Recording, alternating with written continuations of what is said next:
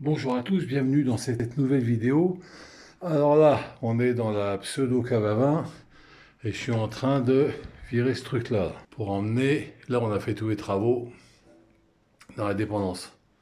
Voilà, donc j'emmène tout avec une brouette. J'en ai déjà foutu plein par terre. J'en ai déjà emmené un petit peu.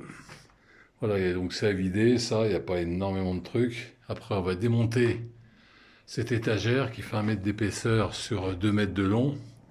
Et on va la refixer, on va l'adapter dans la nouvelle pièce.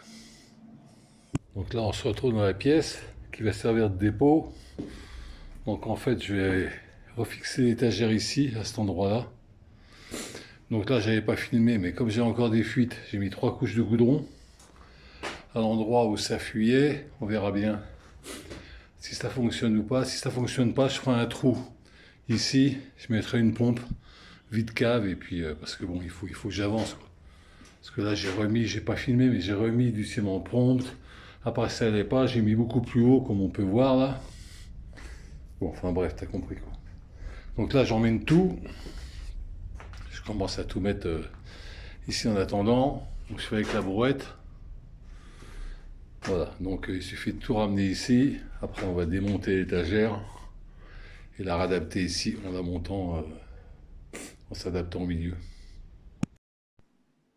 Donc ça y est, c'est vidé, il n'y a plus rien, tout est là-bas, dans la dépendance. Voilà, c'est nickel. Donc ce que je vais faire, c'est que je vais démonter. Donc on a vu que j'avais mis des chevrons là, avec des vis. Il y en a un là, il y en a un ici. J'ai des équerres comme ça. Je dû en voir une là, voilà. Et puis il y en a en dessous aussi là. En dessous là. Donc on va dévisser ça tranquillement. Je vais vous en faire une.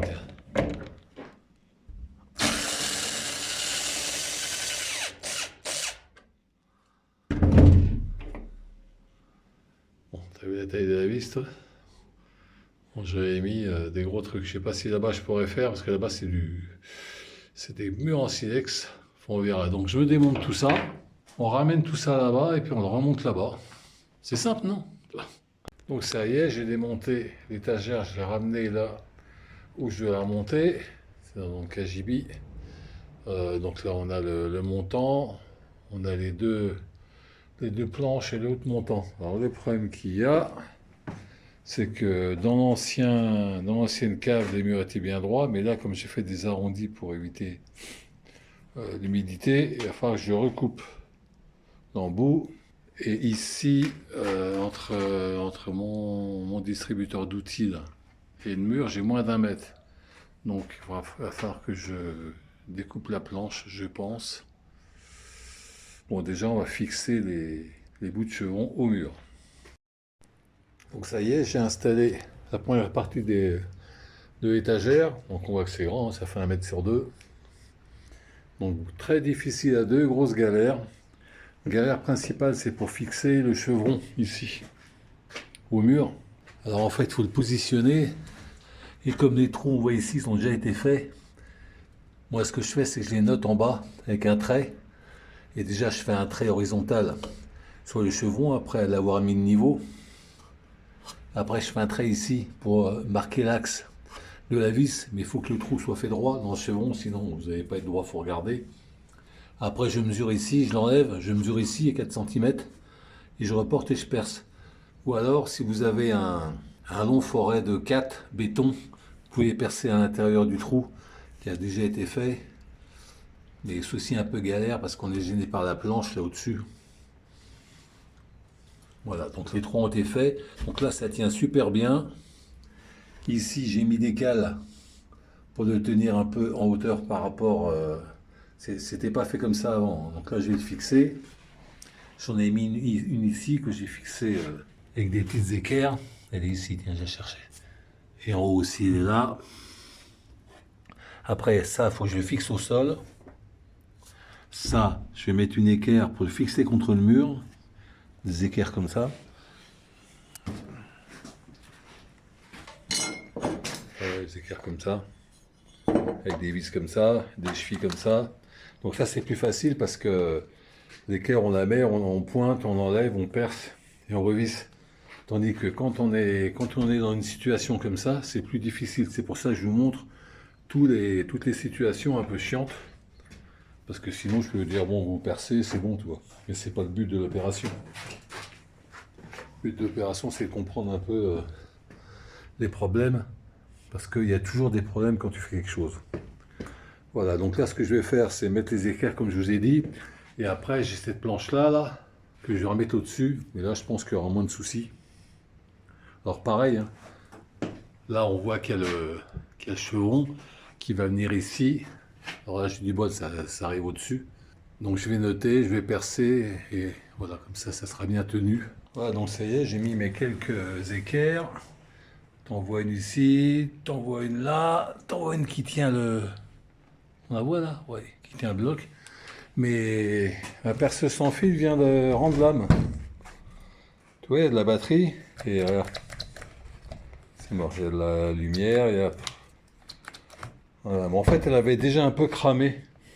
Et ça sent le cramé, il avait déjà cramé au niveau d'ici des charbons, là. Pourtant, c'est AEG, c'est pas de l'ado. Donc, je suis bloqué, je peux plus rien faire. Celle-ci, c'est une vieille que j'avais qui marche pas depuis 5 ans. Mais elle est très très faible, elle n'arrive même pas à dévisser les vis. Parce qu'en fait, le gros plateau, là, je peux pas le mettre ici, sur ces plots, là, parce que il est trop lourd, et puis c'est une vraie galère. Il faut que je défasse les vis qui sont là, ici et en bas. Et j'ai pas cette puissance là. Et bon, je lui en veux pas, hein, c'est pas de la merde ça. Ça fait 5 ans que c'est comme ça, qu'elle tourne pas. Elle fonctionne encore, ce qui est bien, c'est là vraiment de la vieille techno. Par contre, celle-là, bon, t'as compris quoi. Voilà, donc j'achète ça, la journée elle est morte et puis on recommence demain matin. Donc on se retrouve le lendemain. Donc hier j'étais acheté une visseuse parce que celle-ci marche plus. Elle fonctionne toujours plus, hein, comme hier. Moi j'ai repris la même à peu près, sauf qu'elle est brushless, très important pour moi, parce qu'en fait ce qui s'est passé sur celle-ci, c'est que les charbons ont cramé quand j'ai un peu trop forcé, parce que bon, le matériel, moi j'utilise. Hein. Donc j'ai acheté ça chez Leroy Merlin, bon vous avez la même chose chez Castorama, chez les autres. Hein. 279 € dans une mallette, avec 2 batteries de 4 ampères, ça c'est une batterie que j'avais déjà, le chargeur, enfin bon, voilà. Donc moi je voulais quelque chose qui soit puissant, donc celle-ci elle fait 65 Nm de force, c'est bien, c'est beaucoup pour c'est dans le haut du panier hein, pour les perceuses visseuses à batterie. Je voulais qu'elle soit brushless absolument, pour ce que j'ai dit précédemment, et je voulais qu'elle fasse percussion. Ce qu'elle fait là. Alors là on pourra pas faire des trous, hein, les trous que j'ai fait dans les pierres là, c'est même pas la peine. Pour faire des trous il faut ça. Hein. Alors ça c'est top, je conseille aussi, 79 €. C'est une marque Leroy Merlin, 1100 watts, un peu plus de 3 joules. Donc les percussions c'est en joules, hein. 3 joules 3 je crois. Et j'ai fait des trucs, j'ai fait des semaines à déjointoyer des pierres avec, enfin pas celle-ci mais l'équivalent. C'est très costaud. Donc voilà, donc maintenant on va bosser avec ça. Donc on va reprendre. Alors je sais plus ce que j'avais dit hier. Donc là, j'arrive pas à la mettre tout seul parce qu'en fait, il faut que je la place ici, au-dessus de là. Là, c'est dans le vide, là, c'est dans le vide. Donc je vais défaire les chevrons qui se trouvent là et là. Je vais les fixer ici et au mur. Et après, je vais glisser la planche quand j'aurai des points d'appui. Je vais la glisser. Au fond, je vais noter, je vais marquer les 3 trous, percer et on va fixer tout ça. Voilà, enfin bon. Ça se dit en 5 minutes, mais ça va sûrement être un peu galère à faire. Donc on se reprendra après, et comme d'habitude, s'il y a des points un petit peu chiants, je vous les donnerai. C'est le but du jeu. Si tout va bien, on le dira aussi. Bon, ça y est, j'ai terminé. J'ai fait ça en une petite heure. Alors évidemment, rien n'est droit, ni une mur, ni quoi que ce soit. Donc quand tu regardes ici, là on est pratiquement à fleur, et ici, putain, il y a 7 cm quoi. Là c'est pareil. Là on est collé. Et puis là-bas, c'est la misère. Donc pareil, hein, pour mettre les équerres, la vraie misère, parce que un coup tu perces dans le vide, un coup tu perces dur, c'est pas droit. Enfin, je me suis assuré que les vis tenaient bien. Là, il y en a 3, tu vois, là, il y en a 2. Bon, ça tient de ouf, ça bougera pas. C'est le principal. Donc maintenant, on va essayer de remettre tout ce bordel-là à sa place. Et après, on va s'attaquer au fruitier. On verra ça après. Donc là on est dans le fruitier. Alors on appelle fruitier parce que dans le temps c'est là où ils mettaient les fruits. Je sais pas si j'ai déjà dit. Donc j'ai un peu regardé, en fait c'est vermoulu quoi. Là c'est... Si tu regardes. Donc à mon avis tout ça c'est mort. Donc on va le détruire. On va l'enlever et on va faire des nouvelles étagères en neuf de l'autre côté. D'ailleurs on y va tout de suite. Donc j'ai acheté de l'OSB en 15 mm. Bon, je crois que j'en ai pris 9. C'est 2 mètres sur 67. J'ai également acheté des chevrons.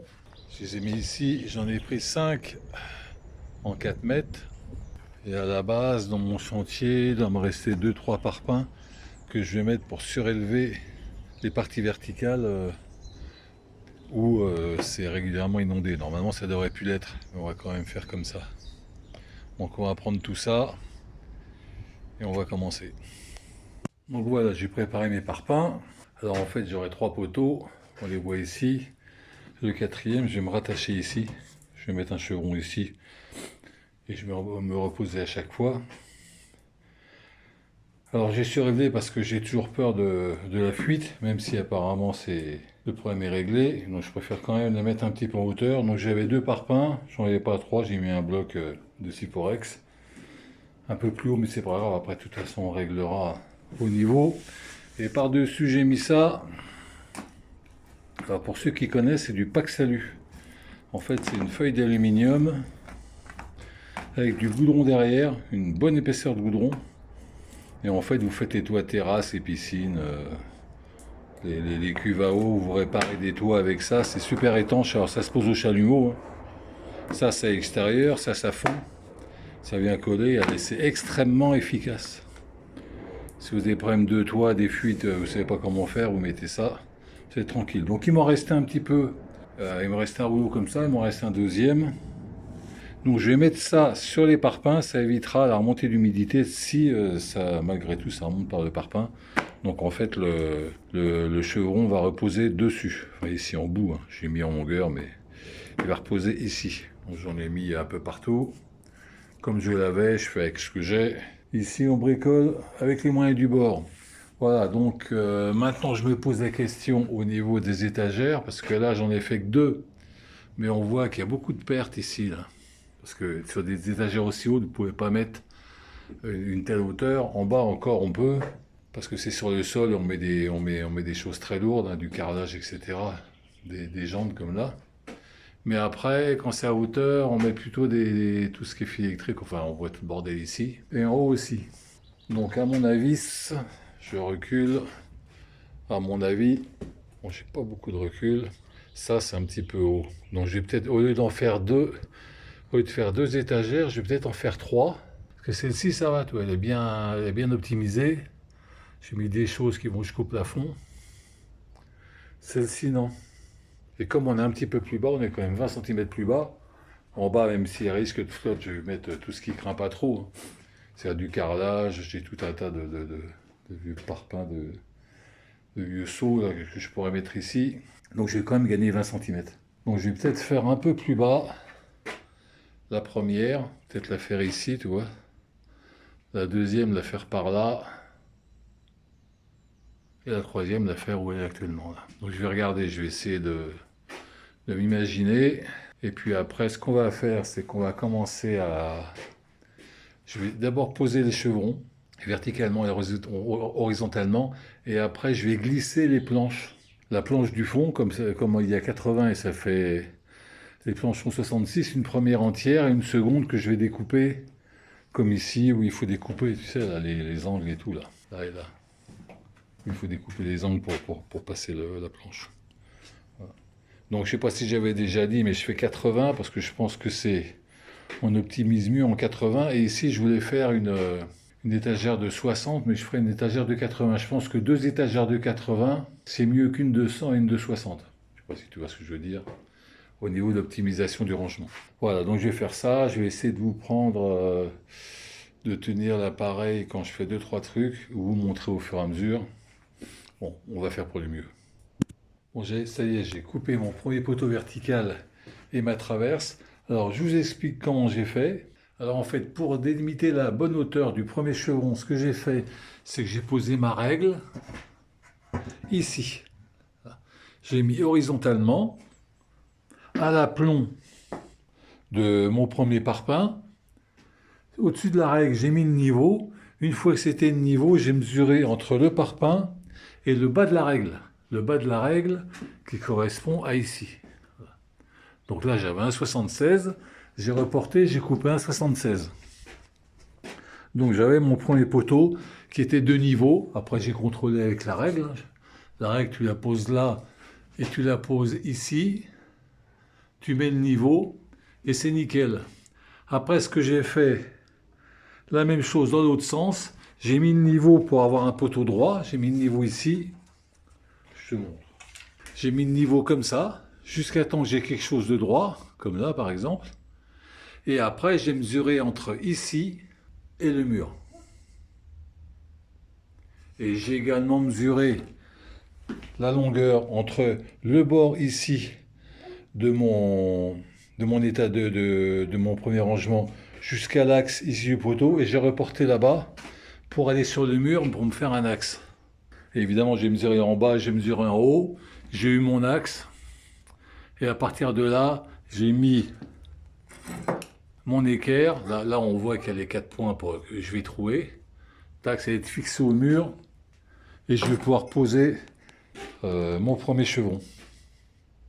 Après, il faudrait que j'en fasse 2 autres intermédiaires, comme j'ai dit, parce que je vais faire 3 étagères. Donc j'espère que c'est compris. Je peux pas vous filmer en même temps que je fais, parce que j'ai essayé avec la caméra tête, mais ça bouge de trop, ça va pas. Je pense qu'en expliquant comme ça, c'est mieux pour vous, pour ceux qui savent pas trop. Vous repassez en arrière la vidéo, c'est pour regarder une deuxième fois, parce que j'ai été un petit peu vite. Mais bon, je vais me répéter de toute façon, parce que ça, il faut que je le fasse 3 fois, plus toutes les étagères, etc. Voilà. Donc voilà ce que ça donne une fois posé.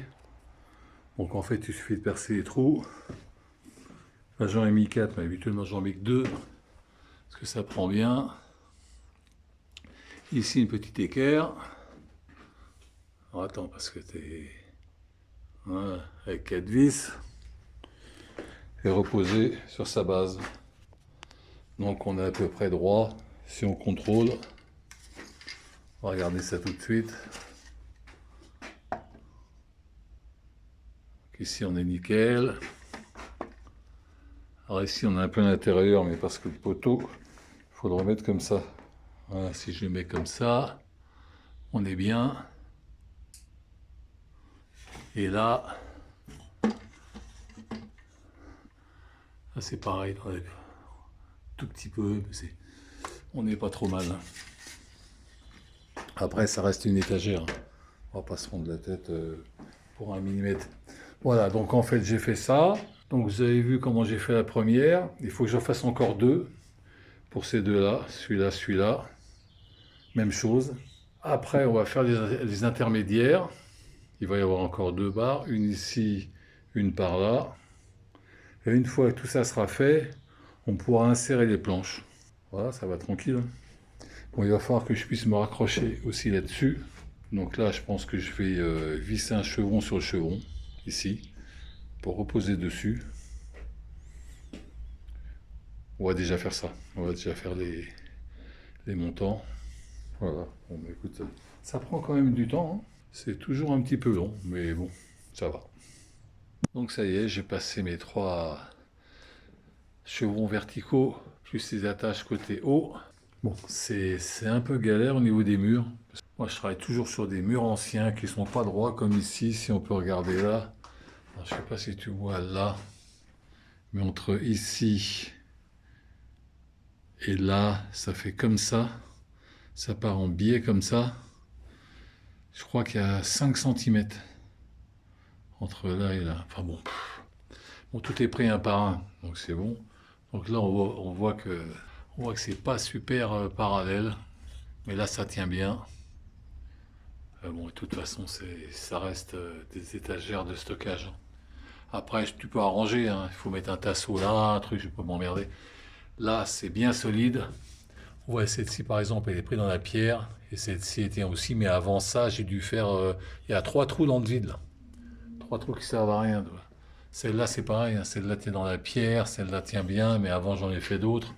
Bon, c'est la super galère quand on s'attaque à des murs comme ça. Des fois, tu rentres avec la perceuse là, tu rentres comme dans du beurre, en fait, il n'y a rien quoi. Donc là, on a fait la première partie. Maintenant, ce qu'on va faire, un peu moins chiant, on va faire les chevrons intermédiaires. C'est-à-dire, tu en as un là, je vais en mettre un ici et un là. Donc, je vais mesurer. En fait, je vais partir à une certaine hauteur sur le premier, celui-ci, et après, je vais reporter sur les autres avec le niveau. Voilà. Et après, pareil pour les tâches du dessus. Voilà, et quand ça sera fait, ça sera bien. Il faut trouver une solution ici pour se raccrocher, parce qu'on ne sera pas exactement à la même hauteur, hein, ça va être différent. Donc, je vais peut-être mettre un chevron comme ça, ouais, vertical, et me repiquer dessus, en le vissant sur les chevrons horizontaux. Enfin, on verra ça tout à l'heure. J'ai ma petite idée. On va déjà commencer à mettre les intermédiaires ici, et après on verra. Ah oui, dernier truc. En fait, je perce à 10 pour mettre des chevilles de 10.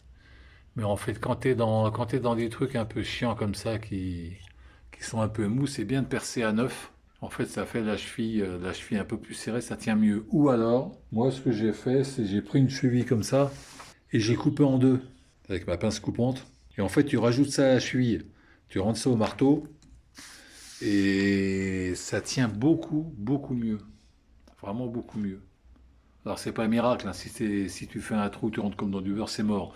Mais si tu peux pas faire autrement et que bon, ça t'as un peu de résistance quand tu perces, c'est nickel. Donc voilà, donc on se reprend quand on aura fait les intermédiaires. Donc voilà, avant d'aller manger, j'ai posé les 2 intermédiaires sur la première poutre. Alors ce que j'ai fait sur ces chevilles-là, en fait, je perce à 8 et après je perce à 10. J'ai 2 forêts, celui-là c'est le 8 et le 10 il est ici, tu vois. Et en fait les chevilles, c'est les chevilles de 10. Et là, ce que j'ai fait sur ces 2 perçages-là, j'ai percé à 8 et j'ai rentré en force une cheville. Alors ça, c'est des chevilles de qualité qui plissent pas trop, qui sont plus chères que celles-ci. Mais j'avais aussi acheté celles-ci, qui sont bonnes aussi, mais qualité inférieure, plus fines. Et en fait, elles sont un petit peu plus molles. Elles permettent un petit peu plus, t'as vu, quand je les appuie là, de rentrer à l'intérieur. Donc en fait, je perce à 8 et je mets ces chevilles-là au marteau. Et ce qui fait que, bon, ça rentre difficilement au marteau, mais après, quand tu visses, là, ça tient bien. Je ne pouvais pas le faire avant. Donc là, j'ai réussi à le faire, je sais pas pourquoi. Voilà, pour ça, il faut essayer, il faut tester. Donc en fait, pour placer ces deux poutres horizontales, je me suis basé toujours sur l'ancienne étagère, en mesurant ici, tu vois, de là à là, pareil de là à là. Et puis après, tu as le droit, si tu veux vraiment être sûr que c'est bon, entre ces deux-là, tu mets un coup de niveau, c'est à peu près bon. Là. En fait, il faut regarder dans tous les côtés. Il faut regarder de ce côté-là, dans les axes verticaux, comme ça et comme ça. Tu as 3 côtés à regarder et puis te baser par rapport au reste pour dans l'espace être correct. Donc voilà, donc cet après-midi, je pense que je vais continuer, à moins qu'il flotte, parce qu'il flotte sans arrêt. Là, on est début avril. Ça continue.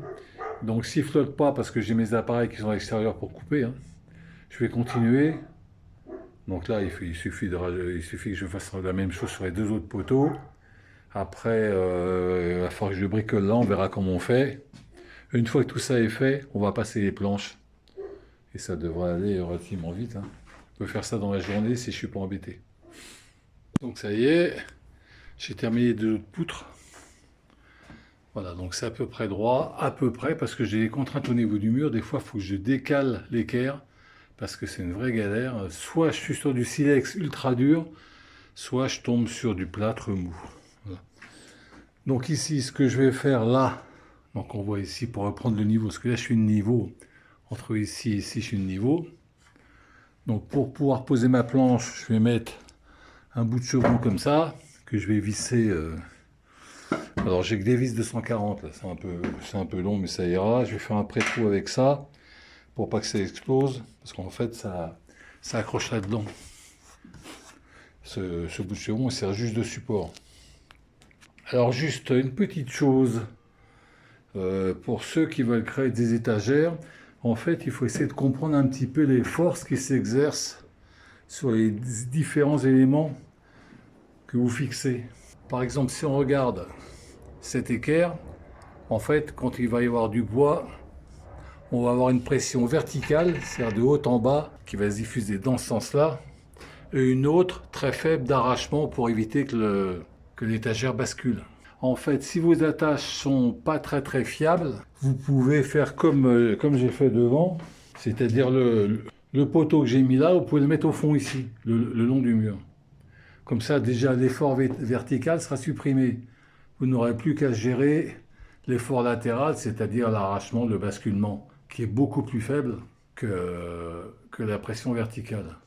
Voilà, donc ça, c'est un petit peu des trucs à essayer de comprendre. Là, moi, des fois, je suis dans le dur, je suis dans le mou, j'essaie de me débrouiller, mais globalement, ça tient. C'est-à-dire, si je tire toutes mes forces, je ne peux pas l'arracher. Et il y en a quand même 9 qui tiennent. Donc moi, je pense que c'est bon, mais si ça n'avait pas été le cas, j'aurais fait ce que je viens de vous dire. Voilà. Qu'est-ce que je voulais faire aussi à vous montrer? Parce que comme j'ai dit précédemment, soit je suis dans le très dur silex, soit je suis dans le tout mou, et je vais vous montrer la tête du forêt.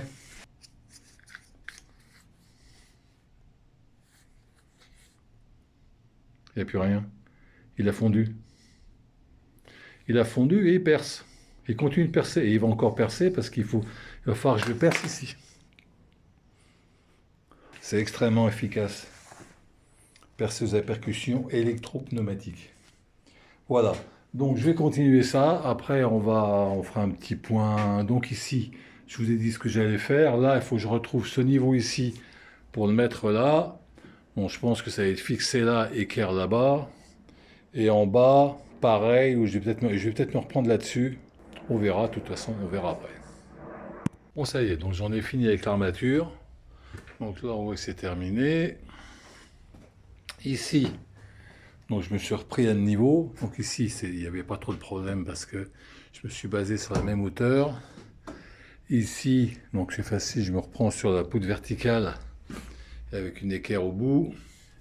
Et ici, je me suis pris avec la poutre verticale, mais je me suis pris avec la petite poutre que j'avais mis ici en renfort. Et pour remettre de niveau, j'ai rajouté un petit bout ici. Voilà. Et en fait, derrière, comme les vis dépassent, j'ai mis des bouts de bois derrière. On peut voir un peu partout là. Pour éviter de se piquer.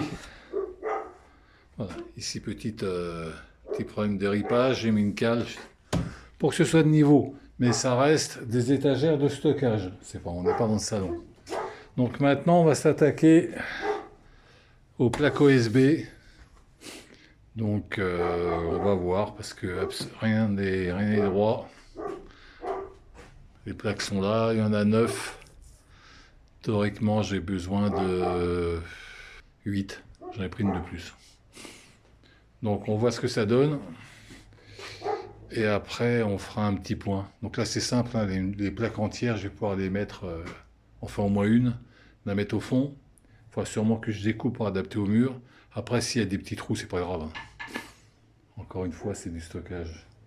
Donc on voit un petit peu comment on fait. Alors attention, ces plaques d'OSB, vous avez vu, cette face dessous, il y a un sens, il faut mettre ça en dessous. Et c'est un petit peu vernissé là, donc c'est bien, même si c'est de l'OSB 1 et pas de la 3. Le 3, il est plus adapté aux pièces humides, mais déjà même on voit qu'avec l'OSB 1, il y a un petit vernis. En tout cas, c'est là en dessous, bien faire attention. Donc voilà la première planche installée. Alors le problème qu'il y a, c'est que c'est des planches de 66, moi j'avais prévu 80. Et en fait j'ai plus grand chose entre là et même le bord là, j'ai 10 et là j'ai quoi? J'ai 3. Donc j'ai pas envie de découper une planche pour faire comme je voulais faire au départ. Bon, j'avais pas intégré la largeur des planches d'OSB. Bon, on peut faire une connerie, c'est pas grave. Donc la petite découpe, hein, de rien du tout. On peut encastrer un peu de jour là, mais on s'en fout. Voilà, donc là, je pense que je vais laisser comme ça. Même si c'est un peu con, j'aurais dû faire 70 au lieu de 80, tu vois, comme ça, J'aurais fait quelques découpes ici, là, ça serait venu à fleur, ça aurait été mieux. Bon, c'est pas grave. C'est pas grave, parce que quand on met des choses, des fois ça déborde un peu. Bon, de toute façon, c'est soit ça, soit j'écoute une petite bande de rien. Toi là, je veux te dire, il y a... Toi, t'as 3 là. Et là, il y a... Même si je ramène jusque là, toi, t'as 10 quoi. C'est nul. Bon, tant pis, on fait comme ça. Il faut toujours tenir compte de tout, mais des fois, on n'a pas tous les éléments. Et encore une fois, hein, c'est pas trop grave. Alors, il y a une jointure ici. Je vous montrerai comment je fais tout à l'heure pour la renforcer. Donc, j'ai déjà tout vissé, renforcer ça, et on verra après comment on continue.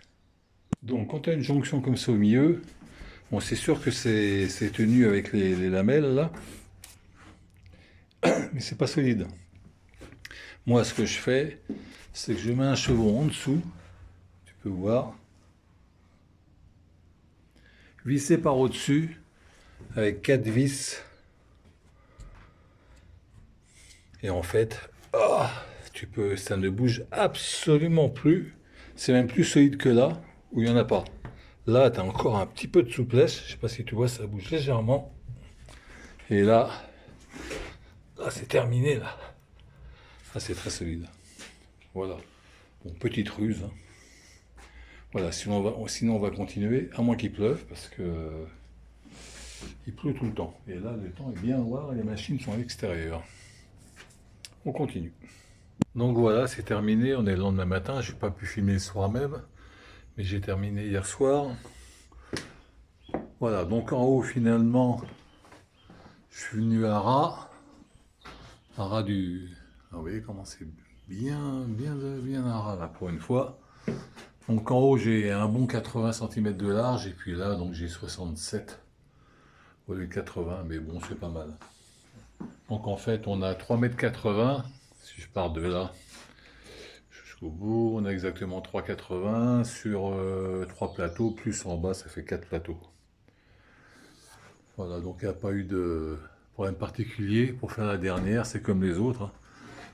Comme je répète, là on voit bien au niveau de la jonction. En fait, moi je mets ça avec 4 vis, une là, et surtout des intermédiaires qui évitent que ça travaille. Et là, là on peut vraiment mettre du poids.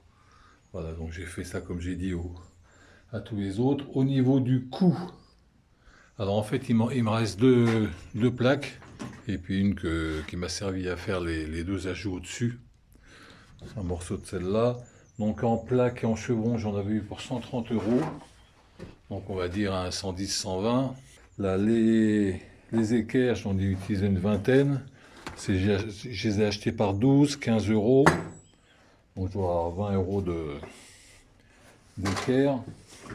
Et pas mal de vis, hein. J'ai dû bouffer au moins 100 vis. Donc à mon avis, il y en a pour un petit 200 €.